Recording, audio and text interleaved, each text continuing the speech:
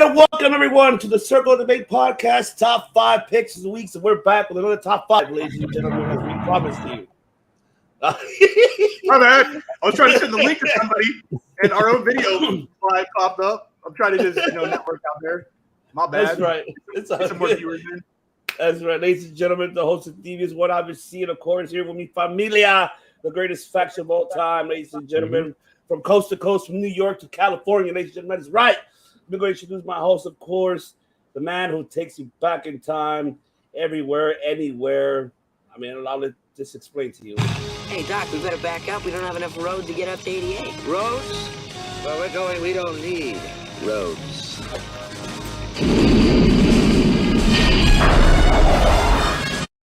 That is right, ladies and gentlemen. That's a new one right there. Mike De Niro, taking it back in time with a DeLorean, ladies and gentlemen. What's good, everybody? That's right. And the director, of course, who directs you everywhere, anywhere, and from coast to coast, because he is the host with the most, especially with this fantastic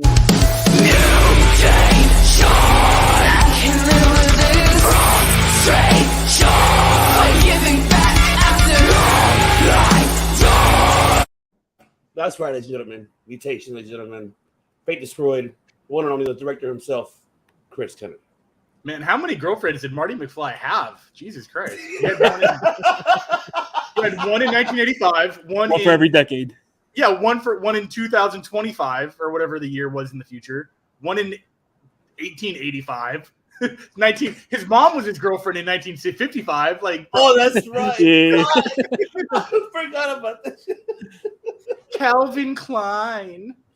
Anyway, what is going on? That might be Vanessa. If it's on Facebook, we don't see your name. So if you comment for the first time, put your name at the end of the Yes, it is. It's Vanessa. I knew Thank you very much, Vanessa. Thank you very much for tuning in. Thanks for joining. Appreciate you. Thank you for joining. And Courtney, that's right, Courtney. Thank you so much for stopping by. We will have a great one. I know you have your show going on as well. Subscribe to Off the Top Pro Wrestling Podcast.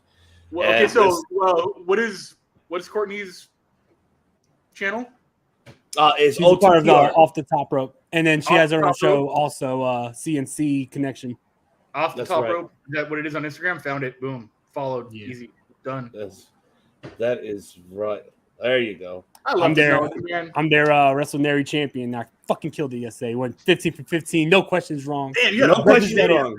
Representing Circle Debate the right way, right? Hell yeah. That is right. Hell yeah. That is right. Let them know, Blue. Come on, Blue. Hell yeah. I love that you used Blue from Old School, but that was him in Wedding Singer. Oh man. All right, so our top 5 picks of the week here, ladies and gentlemen, is the director's choice for his pick, and that is, of course, top 5 Triple H moments. And these are moments that are not just in his in-ring career, but overall outside of the ring as well. So which Triple H has done so much for the industry here. I mean, obviously his start in WCW and then coming to the WWF at the time and becoming Hunter Hearst Helmsley. Everything overall, what he's done in his career has been ups and downs, but right now, currently, he is the Papa H right now, who is a new, pretty much head of creative of World Wrestling Entertainment, in charge of Raw and SmackDown. So we're here to give our top 5 moments that we cherish, that we can remember in and out of the ring from the past and even currently right now of Triple H. So let's go to the wheel. Let me share my screen here where the wheel. See who goes first. We're waiting for Kofi Weaston, but I'm not sure if he's going to join us or not. Hopefully he does, but let's go to the wheel. Let's see who goes first.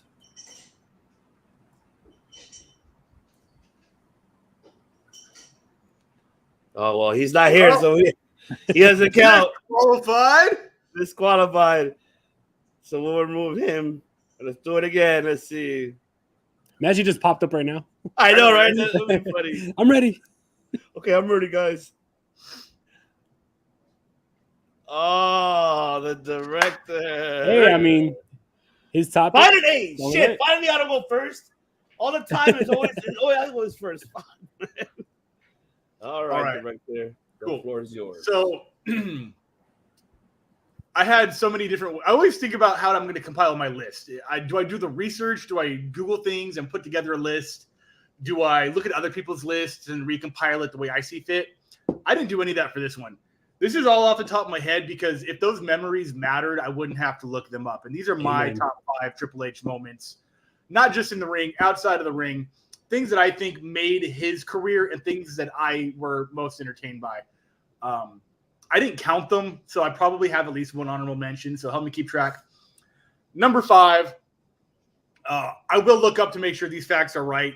Fact check me if I'm wrong, but I think it was winning the Intercontinental title, I think, against The Rock at SummerSlam 98. Is that the first time he had? Is that the ladder match? Is that what that was? Say it again, ladder match? It was the ladder match, right? Yes. I believe so. Yeah. That was SummerSlam 98, yes. Yeah. It was, the main event was Austin and Undertaker for the belt? Yeah. Yes. Okay, cool. So that's my number 5. That was off the top of my head. I didn't look it up. That was the first time that I think he had been seen as a main eventer outside of what I'm going to say the Shawn Michaels shadow. Shawn's last match was at that WrestleMania, the Feb March before that summer, and he beat The Rock, right? Yeah, yes. The Rock had that belt for a while, and The Rock was like, that was the push that pushed Rock into the world title picture, and this put Triple H into the main event picture. That was the first step up. He was still in DX. He still wore the long pants. He was still the frat boy character. Yeah. Oh my God, those are my favorite pants of all time. Like, I actually have that figure, by the way. I actually have that figure of him wearing those pants, the SummerSlam edition. I have that one. I had that figure too. The old Bone Crunchers one, right? Oh yeah, yeah. That when the new DX, the New Age Outlaws DX, like, that was my favorite version of Triple H's outfits. Yeah. Yeah, it might even be my favorite version of Triple H, as far as like in-ring character and whatever. Number 4. Let's keep it old school. Let's go with, I'll switch it up. The improvised speech he gave where he was doing an interview and he came up with the game. It was not planned. It was off the cuff, much like Austin 316. He was saying something. Some of these kids want to come up. They want to play the game. I am the game. He did not write that. That was, according to him, improv, and it completely changed his career. And he is now known as the Game. One of the coolest characters and names for a wrestler ever. Number 3. I agree with that. I definitely agree. For sure. That is just such a legit phrase for a guy who is, cerebral assassin is perfect, but he is a student of the game. For sure. This was the promo. He was sitting with JR. Man, bro. When I listen to you, that I type quick. Yes, this is a promo. I'm a fucking local yokel. Yeah. I work in auto finance, bro. So I type the conversation as I'm listening. And I love it. I love that because I know I'm a little.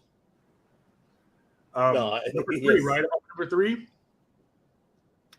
Let's keep it old school. The DX invasion on WCW. Full regalia, tanks, guns, bombs. There was a terrorist attack call on them. This is pre 9/11. They were allowed to roll up in a full Sherman, and this is one of the first times they really officially broke that fourth wall. It was. I couldn't believe it was happening. I was 14, and I'm just like, oh my God, they're over at Nitro right now. I can't believe they're fucking doing it. No one was. There was so little acknowledgement of the other company, and this is in the heat of the Monday Night Wars, and this is when you really start to see the viewership sway over. Like, it was back and forth, but that pendulum just started to lean. Most definitely, it had a lot to do with it, and iconic DX, like iconic. Yeah, you can put that on the list of DX moments too, but Triple H was involved, so it's one of his as well. I love it. I swear that's like one of my favorite ones because it was just like just the whole promo itself, how he has them lined up, like it's just like attention, and and we see China WCW wrestling.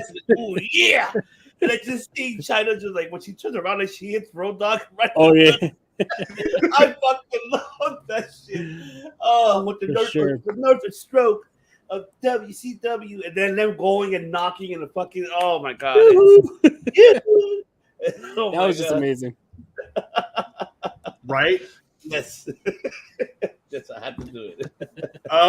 My number 2, WrestleMania 15, turning on X-Pac. Nobody saw it happening. Nobody. One of the biggest swerves of all time. I was so in love with DX at the time that I just could not believe that the leader had did that. And Triple H hasn't been a face ever since. He's been cheered with respect, but he's been a heel for the past, what is that, 2099? That was 99? 23 years. He's been a heel ever since. One of the longest running heels of all time. He only had that 98 window as being a face, and he was an anti-hero, so technically wasn't even a face. But this was the beginning of the evolution of the game character, and it was him turning on X-Pac, taking China with him. And I was 15 at the time and could not believe it. I was like, oh my God, now what's going to happen? Holy shit, what's happening to DX? No. And jump-started his career, put him in the main event title picture, and the rest is almost history until we get to my number 1 and my honorable mention. Number 1, everything he's done for the Black and Gold brand. Everything. The moment he assumed power and stopped it from being a reality Big Brother Survivor TV show. I love Survivor, but everybody was trying to copy reality TV at the time. It was MTV was doing like an actual show called Next, boyfriend, girlfriend stuff, dating shows, who can carry water across plank the longest, like has no place in pro wrestling. It wasn't good TV. I don't think that people are going to put that era of NXT in the top 10 best moments of pro wrestling. And Triple H fixed that. He made it an indie darlings extravaganza. He brought in people that we'd never heard of, or people we'd heard of through internet dirt sheets, like, Kevin Steen, Kobe Black. No, Tyler Black. Tyler Black. I was like, Kobe Lopez, Tyler Black, same guy. Yeah. Pac at the time, Pro Wrestling Guerrilla and Ring of Honor basically just became NXT, and all the smart marks like us were just living for it. We're just like, oh, fucking finally, these people need the recognition. As well as some homegrown talent. But yeah, that's his, I think, greatest accomplishment in pro wrestling is getting that farm club under their banner, under their tutelage, with the right people to teach them everything they need, and also sort of jump-starting the Forbidden Door in a way, because that was in its own self the American Forbidden Door. He was pulling people in from Japan, from other American indies. Some of them were just there for one-offs. Jushin Liger, holy shit, came in. He had been in every company but WWE at the time. They brought in, Mickey James had that one-off return. That was essentially the beginning of what's now known as our Forbidden Door over in AEW. Kota Ibushi. That was another one. Kota Ibushi. He was in the tournament, the cruiserweight tournaments, the Mae Young tournament, the tag tournament. How good were those? Amazing. That first cruiserweight tournament was the TJ Perkins one. Yeah. You don't know who was going to win those because these were people that were like, oh my God, I can't believe they're getting guys from Santino Brothers down the street, Hollywood Wrestling, Tennessee, fucking Zack Sabre Jr. Like that was a Kim Sabian, people I didn't even know about, like TJ Perkins or Rich Swann, people that were introduced to me just because there were so many of them out there. And that has to be his legacy. It is his baby, and he did it right. Speaking of which, my honorable mention is only what's happening right now on the main roster. It's only my honorable mention because things are good now, but give it a 5-year plan. Let's see what happens. That could move into his next number 1 list. We saw what he did with NXT. He is fully capable of doing that right now with the main roster. Yeah. I hope it happens. I hope that next year when we do this list, that is my new number 1. And that's it. That's a great list. Great list. Cool. Appreciate it. I cannot wait to hear how many similarities and how many differences we have. There's, there's honestly, there's so many. It's the same, man. You know what? I'll just go. I'm gonna save you best for last in there. I'm not fuck the wheel. Whatever. It's fine, man. The wheel's cool and all, but that's like 30 seconds of time. Yeah, I'll just go. Might as well. Shit. Right. Handle it. Love it. As much as I love these. These are so fun. Yeah, I love top 5. All right. Here we go. You said it best. There's nothing to add on. My number 5 was the one where they invade WCW. The wrestling. But yes, I did enjoy that one. And one of those pictures were coming up fast. And all the dick jokes on the tank, dude. I loved it. It was just they really played to the pubescent 14-year-old male demographic. It was the perfect storm. For sure. It was most watched TV for sure. To be honest, you could say that this was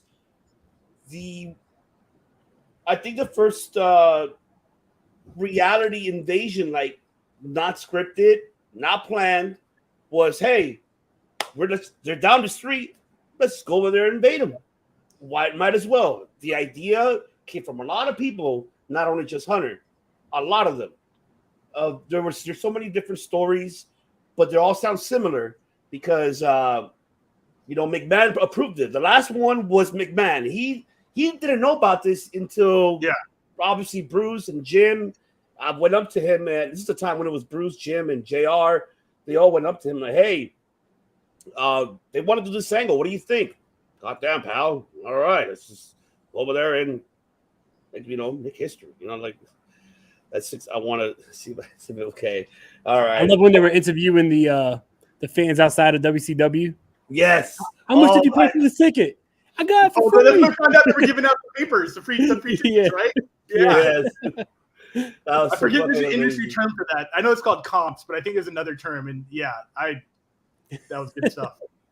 Oh, it That's was. amazing. And so you could say that this was like one of the first ones, first scenes and seeing first type of realistic scenes that are like, oh shit, this is not. They broke kayfabe pretty much, and just to go and literally invade WCW, and it's funny because I'm surprised that they didn't call the cops, hey, trespassing. None of that. They did. I do believe that they did. Did they, right? That is what cut the segment short. Yeah. Okay, that's okay. So it did happen. Okay, so yeah. Because if WCW didn't call the cops, I mean, I'm sure somebody down the street seeing these guys in army fatigues with a tank is going to call the cops. Yeah. Because Bishop to this day denies. He's like, I didn't call the cops. We were going to open the doors. Yeah, I'm reading the article right now. Road Dogg, I'm going to read it real quickly. He didn't know about it until the day of, either on the plane to get down there. Cops detained them for 30 minutes, especially with the amount of weed they had in the backseat of the van. That's too good. That's my favorite story. That's awesome. Not only the fake guns in the actual tank, but the weed in the van. Oh my god! Right, man, where's Kofi Wheatston when we need him? Yeah, where's Kofi where he's needed? Hey, but I guarantee that was Sean Waltman's right there. That was his stash. I guarantee. Oh, that had to be everybody. Yeah, I'm sure they all were partaking. Oh yeah, I'm pretty sure. Number 4 would be, of course, when he comes back to Monday Night Raw. When he first had his, this is where he tore his ACL, I believe it was, during his match, the tag match with him and Austin versus Benoit and Jericho. And this is where he tore his quad. Yeah, it was his quad, actually. There you go. It's his quad. Yeah, he always had quad issues. Yeah. I was actually in the venue that night. What? You were there? What? Yeah, it was Madison. Oh, there it is. Oh, yep. There it is. Yes. I was really excited, to be honest. The whole crowd was really, really, oh my god, it was electric that night, honestly, for me. Let's see. Me too. I was a happy camper when I saw that return and see him, and seeing his reaction to coming back. He was all hyped up, like, yeah, I'm back. And then just seeing that, and then honestly, when I saw him pedigree Kurt Angle, I'm like, oh, I hope he don't fuck up his quad, and no. Everything was, and I love that pedigree was because he still held on to him when he landed, and I was like, oh my god, that's an old school pedigree, and I really enjoyed it. And that for me, that was exciting. From there, it all started for him, being back into the main event picture, with the whole Angle and Stephanie McMahon situation, then going on with Royal Rumble, then going to Mania 18, beating Jericho, winning the undisputed title. So it's like, yeah. He came back looking like the Incredible Hulk. He was huge when he came back. He was huge. What? Honestly, you're right, because the last time he wasn't as bulky as what he was at that era. Don't ask me specifically why I know this. It might be because I played a lot of WWE video games, but I specifically remember him going from 248 to 264. Like, those are the stats in the games. Like, I was like, damn, all right. So, yeah, 20 pounds is a lot on a guy who's already pushing 250. Yeah. Oh, man, definitely. And, shit, just seeing that was I think that was his best, for me, his highlights of of returns. Like best returns, I could say that'd be one of my favorites. Like I love that music. Too. Music that he played there before the Motorhead version. Mm-hmm. The beeping noises. Oh, like that. My time. Yeah. Yes. That music was dope, dude. Yeah. I mean, the game music was cool and all, but like Yeah. that shit when the computer beeping, like it was almost like the Matrix theme he had going on was super sick. Yeah. I did like the vignettes. I don't know if you guys remember the vignettes where they'll do like, oh, we can restructure, we can make him better. Like, I don't know if you guys remember those fucking promos. It's like $1 million man. Yeah. I remember they used to have I think it was YouTube Beautiful Day. Oh yeah. And they were showing him like working out. It's a beautiful day. Like, yeah, like that was just a great time period. Like I love that whole time period.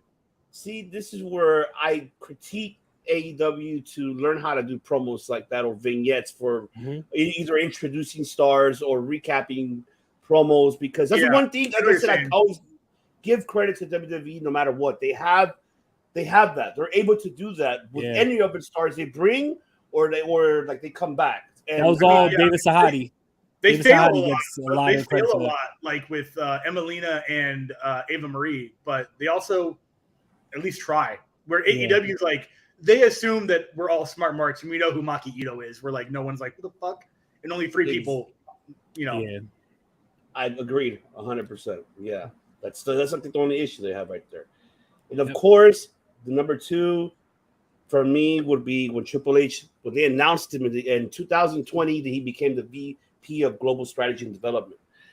So this is why I'm saying this my number 2, because he was the one that pressured Vince McMahon, pressured the share stockholders.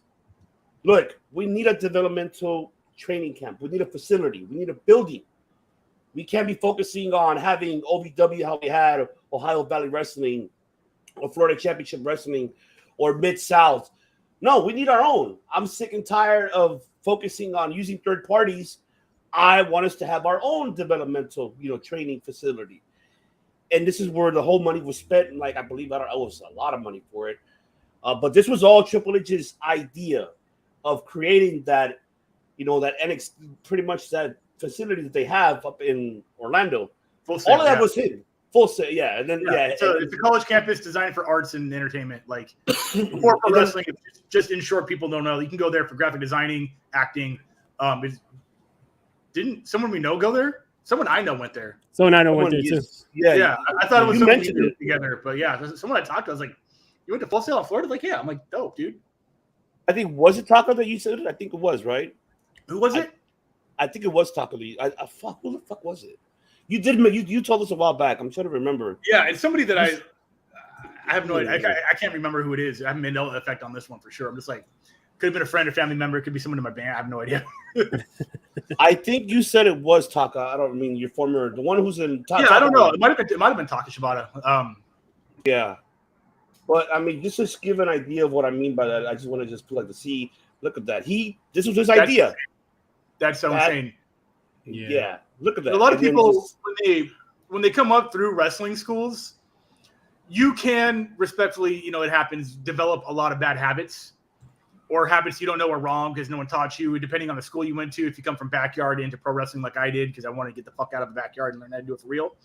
And with this facility, you can either squash those bad habits or you never, teach them in the way that WWE kind of prefers. They have their own system or regulations or style, and a lot of those kids coming up, they had to be re-taught, and that is a hard thing to do. So they kind of wanted to get ahead of having to do that. Yeah, see, that was already like the grand idea, the grand opening. Like, hey, we're going to start building it here. Look at young Corey Graves over there on the left. Yeah, that was awesome. Just to see what he created, what he's done. Man, yeah, look, I'll even show you. Let me show you this picture. He's the man. He was the brains for creating this facility, because right here they even showed the plans very quickly. Right there, you see, he's like, all right, this is my plan. This is what I want to do. See, and he created the sports. Real young Adam Pearce. No, I'm just kidding.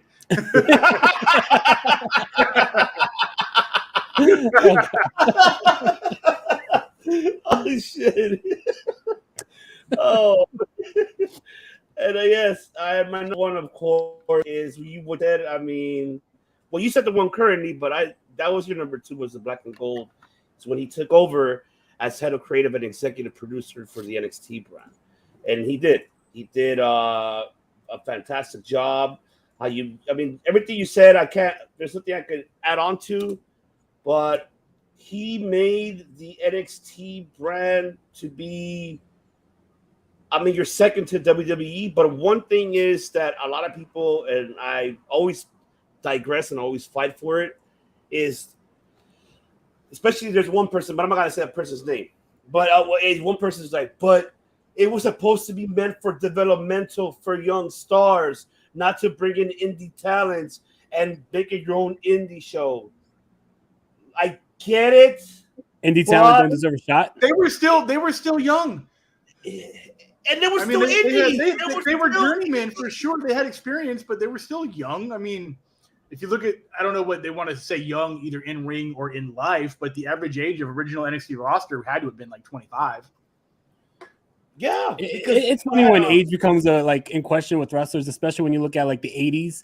You wasn't in your prime until like your 40s. When they all look like my PE gym teacher. Right? Yeah. So yeah, like all of a sudden now it's like, oh, they're old because they're like 35, and it's like I'm not gonna get into how much of not a good old boy fan I am. So that's my own situation I got. I'm not into the whole thing with the good old boys that they're talking about. We're like same. Yeah. It's just like very few I was into. I mean, I get it that it was like, hey, it's supposed to be for a developmental program like what it is with NXT 2.0, what it is right now. But what he did, he saw an idea, he went with it. He's like, fuck, I want to be the next indie guy. Because Paul loved it. I mean, William Regal was the scouter. He came to California PWG most of the time to scout the talents over here or Ring of Honor. That's how Steam and Generico got signed. From PWG with William Regal being in front row. Exactly. For William Regal to be in front row, and he signed both of them. He's like, you know what? I'm going to take these guys. And he signed them. And then instead of like, hey, going to the schools, let me look at this guy. No, these guys ended up going to indie shows. Look how Triple H did when he went to Europe. He went to Progress. He went to Evolve. He went to Rev Pro and found a lot of people there too. And what gave him the idea, I want to do NXT UK. This guy's a mad scientist. He's like a mad genius. He just wants to input everywhere. He wants to put his flagship there. And that's what he's going to do when he rebrands the NXT. Now it's going to be no longer UK. Now it's NXT Europe. Think about it. He's going to be. It makes sense. It makes sense why to do that. He was considering of doing NXT Asia, but now he put a halt to that. He had the idea to do NXT Mexico. He wanted to do more with Mexico and South America. He can still do that. He has the ability to do that. I was even saying on my show like a couple of days ago, I was like, NXT UK, their longest reigning champion was a guy from Austria. Like, it didn't make sense that it was called the UK. It should have been Europe the whole time. Exactly. And I think that's what he's gonna do on this one. I think he's really gonna when they revamp that NXT UK into NXT Europe. Oh, it's gonna go to another whole level, and I am excited to see what it is. I know that I feel bad for the people of the roster that were cut, but I'm pretty sure they're gonna bring them back. Hey, you want to come back? I'll bring it back. Why not? It's just budgets. This is the reason, and of course they brought people from the main back to the main roster here in the States. Eventually, the next quarter is gonna be bigger. Yeah, and one of the biggest expectations that I think a lot of people are going to be really tuning in and watching and investing is next weekend's Night at the Castle pay-per-view, because that's his solo event by Hunter himself. He's the one who would run that show. SummerSlam didn't count because that was Vince's last, scripted what he left. Yeah. Now this is the match is already made beforehand. There's still a lot of things on that. Not to digress, but there had to have been some Triple H moves on there. I really doubt Vince was going to bring back Bayley, Io, and even Dakota at all. I really doubt he was going to turn Becky back to the man. I think that those had to have been audibles. No, I definitely think that the only thing that Triple H did was really book the show. I think that Vince had the matches on paper because it was already booked. So I guess the match is already on paper. It was on Triple H to like book it the way he sees fit, but he had to go with the matches that were already announced. Yeah, the match is definitely like the story revolving the match. He's like, okay, we have Becky and Bianca, and then that's already handled. So Triple H is like, let me repaint the picture. Yeah. So yeah, because I love the audibles. Yeah, definitely huge. Love it. We talked about it. Yeah, I talked about it. Fantastic. Yes, you did. Sure. You did a fantastic job right there. But yes, I got to do more. I just got to find time, man. Yeah, even though they're like 5 minutes long, I'll do one after this. I'll get back to the list. But yes, made the list. You just make the list. But yeah, I mean, that's pretty much what I have to say about this. And I mean, that's my list. And seeing Hunter being back, you know, except this guy. I mean, I'm not gonna. Yeah. In that picture, he's looking at Leo Rush like, you know, retire again.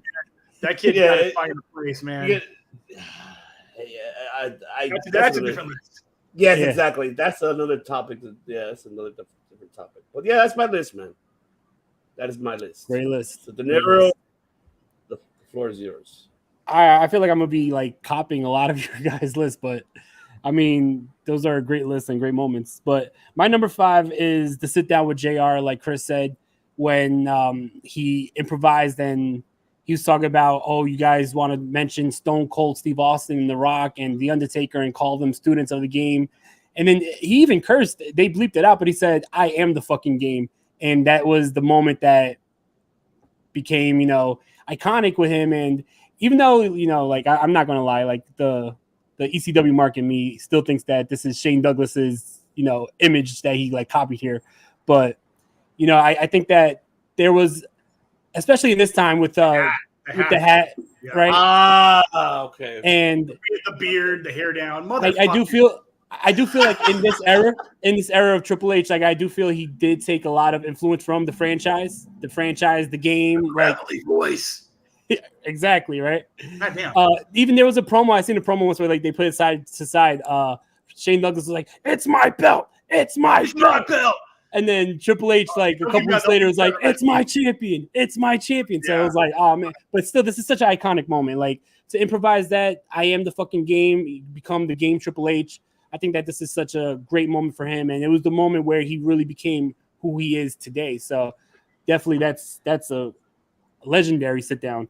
After that, I feel like that was the moment where I think it was that one, and also JR had to sit down with Mankind, where Mankind was talking about his like career and his horrors and his like pain. I think it was those two where like every time I knew JR was going to have a sit down, like it was like must watch because like anything could happen and stars are going to be made. Getting his ass whooped pretty much most of the time. Jeez. Right. Yeah, when Kane set him on fire. Glorified. I mean, Mankind is definitely the most glorified jobber of all time. Speaking of Mick Foley, my number 4 is the entire feud between Cactus Jack, Mick Foley, and Triple H. I remember growing up, that was my favorite feud in the WWE. Everything from the first time Cactus Jack, we talked about it on the DeLorean a couple weeks ago. It was the debut of Raw in Madison Square Garden. It was when it was supposed to be Dude Love versus Hunter Hearst Helmsley, and that's when we had the debut of Cactus Jack, and it was a Falls Count Anywhere matchup. From that moment all the way to 99, where they had their match at Madison Square Garden at Royal Rumble, I believe. Oh my God, yes. And then that was fantastic. Oh, that Hell in a Cell that they had where Cactus Jack had to retire. That whole feud was amazing. I feel like they fit each other like a glove. It was just perfect contrast of styles. You had like the hardcore guy versus the student of the game. Like it was just a perfect feud. And I still to this day, it's hard to think of a feud that just meshed well like that. You know, there's a lot of great feuds out there, especially in that time. Like, of course, you had Austin McMahon, you had Austin Rock, but none had the emotion of Cactus Jack versus Triple H, because Cactus Jack, Mick Foley was like the everyday man, and Triple H was like this genetic jacked like monster that he was like the bully basically. And no matter what, like you wanted to see Cactus Jack get his comeuppance, but like Triple H was just too much for him. And I feel like that type of emotion, especially me as a kid watching that really like, you know, drew me in. So number 4 is that whole entire feud. It lasted like 2-3 years, and you know, it's just amazing. And then I'm going to have to say, sorry to interrupt you, but you're right about that. I thought about it. You're right. It just, the whole story itself, for him to come and and especially when he comes and takes off the Mankind, attire, like, and just seeing Triple H in that cage match, right? The blue steel cage, yeah. Oh yeah, and then but besides that, no, I'm talking about on SmackDown. Oh when he challenged yeah. Triple H, he's like, oh yeah, and then his name is Cactus Jack. Yeah. Like the second run, and not the first one when he met him for the first time on Raw. When it was, I don't remember when it was Dude Love and Mankind and the screen, on the Tron, yeah. And then that's when they introduced Cactus. But no, I'm talking about the second run for the lead up to the feud for Royal Rumble. That was one of my favorites because seeing Triple H's face sold it all. Because fuck, he got my number, because I never beat this guy. He knew Mick Foley, the man, couldn't measure up to Triple H, but when he channeled Cactus Jack, he had to worry because Cactus Jack was not Mick Foley. Cactus Jack was his own monster. Like, he was a deranged, hardcore maniac who would put his body on the line for anything. And it was just amazing how, like to think about that. Like, if you look at that with logic, say you're not a wrestling fan and someone's telling you, oh, there's this guy named Mick Foley, but when he calls himself Cactus Jack, you'll be scared of him. It's like, what? But it just made sense. You know what I mean? Like, it's just one of those things where it's like one of those wrestling things that you gotta see it. And when you see it, it's just, as this Facebook user saying, it's such good shit, Yes, that's Vanessa. That's Vanessa. Well, Vanessa, just because you said that, it's for you. It's such good shit. I still love that. My number 3 is the night after WrestleMania 14. That this is the promo where Triple H basically took over the leadership role of DX, brought back Sean Waltman, X-Pac, and this is where we create the new DX, the New Age Outlaws. Like Chris said, I agree with him. This was my favorite edition of DX. Like, Triple H and China is the leaders, X-Pac, Billy Gunn, Road Dogg. I love this version of DX. And that whole promo at the end basically saying that we look to Shawn Michaels to be the leader, but he couldn't get the job done.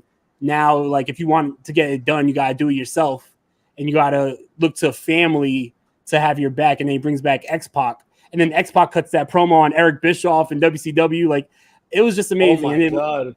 It led to the stuff where, the DX invasion on WCW. But that promo was such a powerful promo because it was the first time where he wasn't going to be a backup role. He was going to be the main leader of the team. And I thought that was the first time we've seen Triple H as his own man.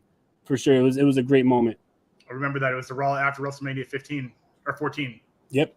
I'm trying to look at that damn picture. It wasn't until the end of the Raw, that particular Raw. That was done in the early, I think, beginning, the first segment maybe. Yeah. And then the New Age Outlaws were the run-ins at the end of the show. Yeah, So I think it was during a cage match or something, right? Yeah, it was the cage match against the Old Age Outlaws. Oh, yeah. And wasn't this when I'm trying to remember. What was the main event for that? I'm trying to remember. Yeah, because it was that same night on Raw. That was Cactus Jack and Chainsaw Charlie versus who? Yeah. Oh, actually, I don't know who it was. I thought it was the Legion of Doom. I thought it was. That's when because there was some controversy about the WrestleMania 14 because they had pinned them inside the trash can with the forklift, but there was a technicality where the New Age Outlaws didn't win their belts. And here we go. Legion of Doom won that tag team battle royale at that WrestleMania that got him the title shot. So I think that they reversed it. The Old Age Outlaws retained, and then against Legion of Doom, and then the run-in. Okay, yeah. So there you go. There you go. Yeah, that sounds right. I'm gonna look that up just to. I actually had this picture. I don't know why. I wanted a poster of it. My mom couldn't find one, so she printed out a picture of this, and I put it up in my wall. But yeah, I was a huge DX fan, especially in that time. And it's surprising because growing up, my favorite wrestler was Shawn Michaels, but I felt like DX was better once they ditched Shawn Michaels. But my number two was the entire NXT Black and Gold. For every reason that you guys said, he basically shaped the future of what WWE is today. And so many guys who I remember watching on indies, like, for example, Johnny Gargano and Tommaso Ciampa. Guys, I would go to every Ring of Honor show in New York, so I constantly saw Kevin Steen and El Generico and Chris Hero and Claudio, and it's just crazy to think that all these guys were given a shot in the big leagues. And I remember I would go to these Ring of Honor shows, and it would feel special to me because guys like Kevin Steen, I would have in the back of my head a guy like this will never get a shot in the WWE, and it's what makes Ring of Honor special. And I feel like it's because of that makes it even more special that someone like Triple H saw something that us indie fans saw, because maybe the corporate, whoever wasn't seeing it, but Triple H was that indie fan, I feel, like us, where you have a guy wrestling in a t-shirt and shorts and he's not in the best shape. And us fans know he's great, but we're all like, oh, well, Kevin Steen's probably never going to go to the WWE, so we might as well like cherish him here in Ring of Honor. But someone like Triple H sees what we see and then gives him that shot. And now still to this day, you see what Kevin Owens is doing. Amazing stuff. And he's just one example of many. So I feel like that's just, the whole era was a beautiful, beautiful era, because it just felt like it was time for, at least for me, everything that I would like to watch, like after I kind of started falling out with WWE, I became a big fan of the indies. Everything I like to watch, all my favorite wrestlers started to go to NXT, and it brought me back to the WWE. So for me personally, it was like a full circle because of what Triple H was doing in NXT with the Black and Gold brand. I love that. Like, just seeing him with the fans, I'm like, oh man, so fucking amazing, man. And then my number one was actually Chris's honorable mention, right? My number one is what he's doing today. I know it's a short time period, but I was literally just doing a Wrestling Delorean on the Monday Night War, and it was the episode where it was the fallout from Bad Blood, the Hell in the Cell, the first ever Hell in the Cell. And Shawn Michaels and Triple H, just to get under Vince McMahon's skin, re-showed the footage of the curtain call. And Triple H is talking about how you guys punished me for that. You guys punished me. Shawn was too big of a star. You didn't do nothing to Shawn. Scott Hall, Kevin Nash, they left. I got the punishment. He was supposed to be King of the Ring that year. It went to Steve Austin because Triple H was punished for that. He was a guy who was on the verge of getting fired from that picture. That's amazing. That's amazing. That scared the shit out of me for some reason. I didn't know what I was looking at. Hunter was a guy who was on the verge of getting fired because of that curtain call moment. And to think that all these years later, he's the guy running the show. Like, I feel like that's the ultimate accomplishment. Like, he literally fell back to the very bottom and had to work his way all the way back up. And now he's the guy running the show. I think what bigger accomplishment can you have than being the guy who is in charge of everything? So I think that's got to be his number one, is him running the show now and being head of creative. Oh man, fuck. I got so many honorable mentions too. Like I've been a big Triple H fan for a long time. Name one. Go for it. Forming Evolution, I thought was amazing because it was the modern day Four Horsemen to me, and it really gave Ric Flair an opportunity to be Ric Flair again. But not only that, it opened up the door for two rookies like Batista and Randy Orton to become megastars, and now look at their Hall of Famers. So I think that's a big one. And then of course, like the DX invasion. Yeah, right. It's so weird to see those pictures, like the original shots that they have of Mark Jendrick and the whole video of him. There. And I was a huge fan of Jendrick and O'Hare from WCW. Yeah, which that took a turn for its own thing. But yeah, that's so weird. Just weird. Yeah, I mean, I think it ended up working out though. I'm glad it did. It was funny because I remember before that Batista was Deacon Batista with Reverend Devon, and I was like, this guy? He was. I remember super obscure, but he was Leviathan in OVW. Yeah, basically the same with the character. Yellow eyes. With the chain, and then so now he's the priest with the arms comes off. He testified, made a briefcase. Definitely, I was like, Leviathan, what the fuck? He was way bigger back then too. Yeah, for sure. And now he's trying to sell me car insurance just like an old man on a boat. Have you seen that? No. Oh, dude, he's doing fucking commercials. I'm like, what the fuck? I gotta grab really? a picture. Yeah. I know. Or something. My girl loves what's the movie? The Guardians of the Galaxy. Oh, I fucking love them. Yeah, so like. It's for Disney Plus, which makes sense because Guardians. But I was like, motherfucker, Batista's really doing the damn thing. Oh wow. I never saw that. Yes. Oh my god. Man. You'll see that commercial on Hulu all the fucking time. That's what I watch. Wow. Let's get rid of that. I don't even know where that is. There it is. Oh my god.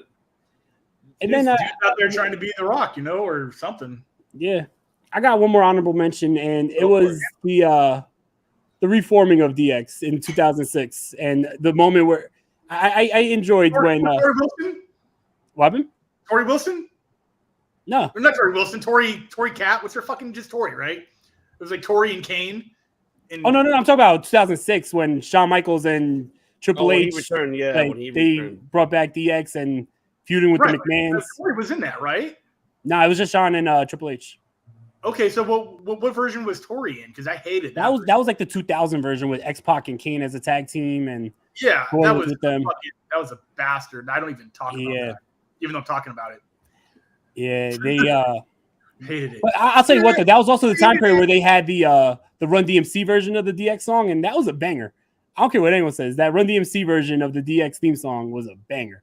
But besides that, that might be the only good thing about that time period for DX. But the return of DX, and when Triple H and Shawn Michaels dressed up as Vince McMahon and Shane McMahon, and they were cutting the promo as them. That was hilarious shit. That was also. I love, dude. Also, my honorable mention. We'll go on for one more. When they got the actual list from USA Network of things that they cannot say on TV. Oh yeah. What they do is they take the actual list. Yeah. You heard the uncensored version? And they read it on TV. Here's a list of things we cannot say. Beep, beep, beep. For like 2 minutes. I'm like, these motherfuckers spitting. Have you ever seen the uncensored version? No, I didn't know that existed. I gotta send it to you. I gotta send it to you. Master copies were censored. Oh God, no! It was. There's an uncensored version. It's on YouTube. Okay, I'm into it. Send me that shit. Yeah, I definitely will. Yes, hey, I do remember what Vanessa's saying about Shawn Michaels with SummerSlam when Triple H hit and inject. That shit looked horrible. Yes, even the one he did to Vince. Yeah, I thought it was legit. I was like, oh my God. I remember because like I just said, growing up, Shawn Michaels was my favorite wrestler, and I never thought I'd see him wrestle again. All of a sudden, he's back, and then Triple H does that. I was so fucking pissed. His best matches were after the comeback. I know. Ever thought in a million years. That 2002 era was insane, but all I know is as a kid, the Ric Flair match, the fucking cage matches, the Hulk Hogan match. Yeah. Oh God, flopping around, right? God damn. But all I remember, he apologized. I was 8 years old at the time, and God, I swear to God, like when Shawn Michaels got hit, you were 4. I honestly remember staying up with my dad, and he would be a WCW guy, and I would be so pissed because I wanted to watch WWF. Oh, that's rough. And we had like one TV, and he was like, "No, fuck that. I want to see NWO." I'm like, "Come on, man!" Like, but anyway, all I know is we would tape it in the other room, right? So the next day, I would come home from school and we'd watch WWF because he was always watching WCW. But all I know is I was 8 years old and I couldn't wait for Shawn Michaels to come back. Always wanted to come back because he was my favorite wrestler. And then when Triple H hit him with the sledgehammer, I cried. I was like, oh my God, he's going to be retiring again. Like he hurt him and I was so pissed. And then when he ran him over with the car or some shit, like beat him up in the parking lot and Shawn Michaels was like a bloody mess. You remember like the lead up to that? Like someone attacked Shawn in the parking lot. It turned out to be Triple H. Yeah. Yeah, that whole feud was insane. Oh my God. Man, what a top 5, that's for sure. We could go like top 10, top 20. Like Triple H is a guy who there's so many moments. Yeah. It's man, definitely. He does. I mean, I probably could. I just don't want to. But there you have it, ladies and gentlemen. We'll be back with another top 5, which I'm trying to see. Yes. But thank you, Vanessa. Thank you so much for tuning in. Sure. You should come on one day with us. Say, give us your top 5. I'm down for that. Which we're trying to think of. I'm trying to think of one because I'm going through the list of what I always come up with them. I know the director always comes up with them, but we'll figure it out. Probably for next week, we'll announce it. But I'm trying to see which ones we have done. I think DeLorean should have one next. You should pick one. Like just something like whatever you want. All right, I'll think Vanessa, how about Vanessa? Give us one right now, Vanessa. Which top 5 could you think? Since you're on before you go. And we'll have a top 5. What happened? No pressure. No pressure. No pressure. You got 5 seconds. You got 50 seconds. There you go. Oh man, I see. Okay, which we could. There's so many. We could either do Yeah, we haven't done top 5 best gimmick changes. That we haven't done. We've done worst. We've never done best. We've done top 5 worst gimmicks, but we've definitely done top 5 like best changes. Gimmick changes, ring of tires. We did from like a worst to a best. I feel like we've done that. I'll have to go through the library and check it out. But I'm if looking not, for it that's too. a good one for sure. I mean, if we've not done it, that's a good one. Vanessa had a good one. She's saying top 5 women's matches in NXT. I like that. I like that. I don't think like we've that a done that. No, like we've it. never done that. Yeah, we've never done top done 5 NXT matches, but top 5 women's NXT. Let's do it. I'm with it. All right, let's just do it. Then. I already have it. It's already done. So I already have it too. There you Me go. too. So Vanessa, you coming I on this guarantee Friday? all four of us have the same number 1. NXT season 3 during the game show. Spoiler alert. Anything involving was it Carmen, the girl that didn't know how to pin? Oh, was God. that? She tried to pin her on her. She was facing up. Yeah, like she was like on her stomach or something. Yeah, was that? Yeah, was that Carmen? Is that her name? I think. I believe so. Yeah. I believe so. Well, there you go. Next Friday, our top 5 women's matches in NXT. NXT. That's going to be a good homework to do for sure. Man, thank you. Might go back and rewatch some of those. I know. But yes, ladies and gentlemen, thank you once again for tuning in here for our top 5. We'll be back tomorrow. Actually, we'll be having a League of Extraordinary podcast meeting, giving our thoughts overall the state of professional wrestling, thoughts about either modern wrestling or old school wrestling. As we're going to debate that. Thanks to Ted Winston from Rewind, he's going to give us that debate. You know, what do we prefer, modern wrestling or old school wrestling?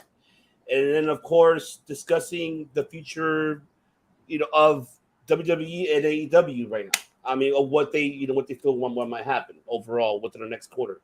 So those are the 3 major topics we'll be talking about tomorrow.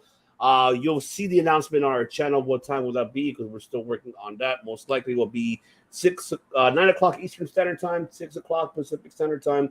So we're still working on it, and that is for sure. But yes, do not forget, subscribe here to our channel, and hit that notification button right there, that little bell too, to get obviously all the updates that we do here every Monday, Wednesdays, and Fridays. Of course, Monday you will be having, of course, De Niro with the Wrestling Delorean Podcast every Monday, every Wednesday, and every Friday. And then we'll be something back. special coming up on Wednesday. Oh yeah, but I heard about that. I'll let De Niro announce that one. You want to do it now or on Monday? It's up to you. I mean, I don't mind doing it right now. Go ahead and do it. Chris, do you mind me doing it right now?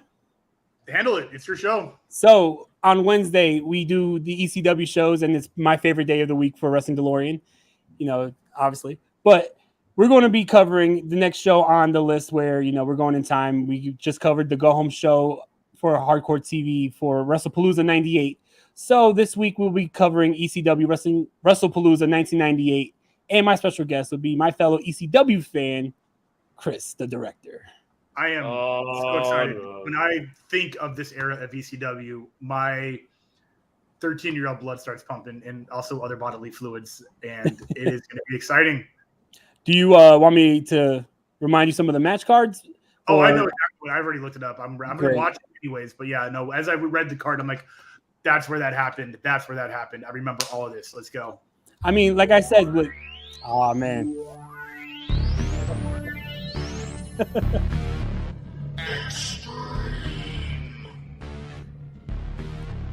I literally go in order of watching every single show, all the hardcore TVs leading up to the pay-per-views and all that.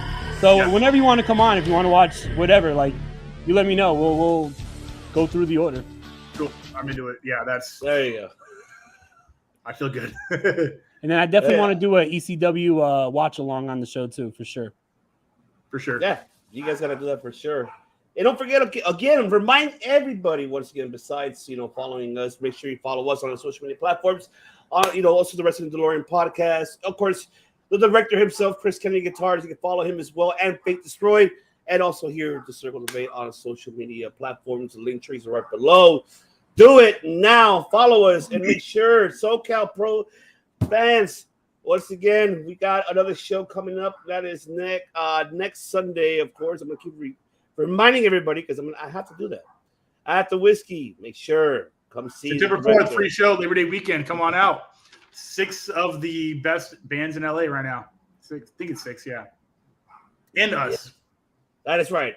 He's the best, of course. We already know that. But yes, make sure you got to cut Fake Destroyed September 4th at the Whiskey Go-Go in Hollywood. It's all free, all ages. Just come on by, say hi to the director, take a picture with him, get an autograph. He doesn't drink, so buy him water. So do that at least. Really couples, but they're $9 because there's a credit card minimum. Because that's just Hollywood, baby. That's right. That is right. So we'll be back here tomorrow on the channel, and Monday and Wednesday they'll be here. Thursday we'll be back for 117, excuse me.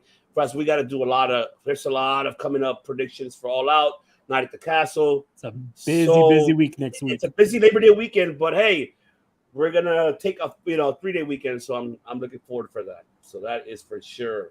Once again, this is the host Stevie's One Ivan C. Here with Mr. El Dinero, Mike De Niro, and the director himself, Chris Kennedy. Telling you guys, we'll catch you guys on the next one.